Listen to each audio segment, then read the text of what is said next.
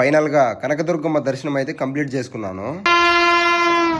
Hello guys, అందరికీ నమస్తే. Welcome back to crazy Vijay YouTube channel. చాలా రోజుల తర్వాత నేను వీడియో అయితే అప్లోడ్ చేస్తున్నాను. కొన్ని కారణాల వల్ల నేను ఈ మధ్యన వీడియోలు అయితే అప్లోడ్ చేయలేకపోయాను. ఇంకా నుంచి కంటిన్యూగా వీడియోస్ అయితే మన ఛానల్లో అప్లోడ్ చేస్తూ ఉంటాను. ఇంకా మ్యాటర్ లైక్ అయితే వెళ్ళిపోదాము. మా దర్శనం ఎలా జరిగింది ఏంటనేది నేను ఇప్పుడు చెప్తాను, వినండి.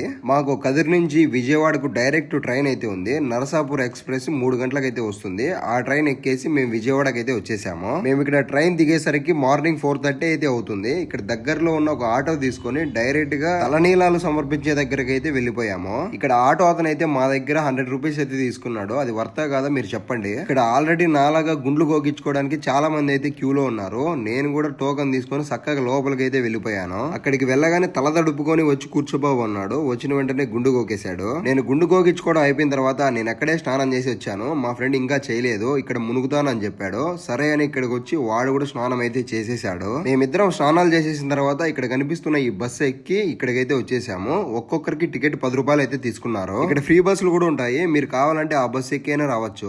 ఈ కొండపై నుంచి నైట్ వ్యూ మాత్రం చూడడానికి చాలా బాగుంది. మీరు ఎవరైనా గుండు తీసుకోవడానికి వెళ్ళినప్పుడు అప్పుడు వీడియోలు ఫోటోలు అస్సలు తీసుకోకండి. మనం గుండు తీయించిన తర్వాత ఫస్ట్ స్వామికి అయితే చూపించాలి, ఆ తర్వాత మనం అయితే చూసుకోవాలి. నేను గుండులో చూడడానికి ఎలా ఉన్నానో కింద కామెంట్ చేయండి. మేము పైకి రాగానే దర్శనం కేవలం 1 గంటలోనే అయిపోయింది. దుర్గమ్మను బాగా దర్శనం చేసుకున్న తర్వాత మన ఛానల్ కోసం ఒక కెమెరా కొనాలని చెప్పేసి కెమెరా షాప్ దగ్గరికి వెళ్లి మొత్తం అన్ని కెమెరాలు చెక్ చేసి మళ్ళీ రైల్వే స్టేషన్ లేకి వచ్చేసి ట్రైన్ ఎక్కి రిటర్న్ అయితే వచ్చేసాము. ఇంకా దగ్గరలోనే మన ఛానల్లో ఒక కెమెరా అన్బాక్సింగ్ వీడియో అయితే ఉంటుంది. అందుకనేసి మన ఛానల్ ని సబ్స్క్రైబ్ చేసుకొని పెట్టుకోండి.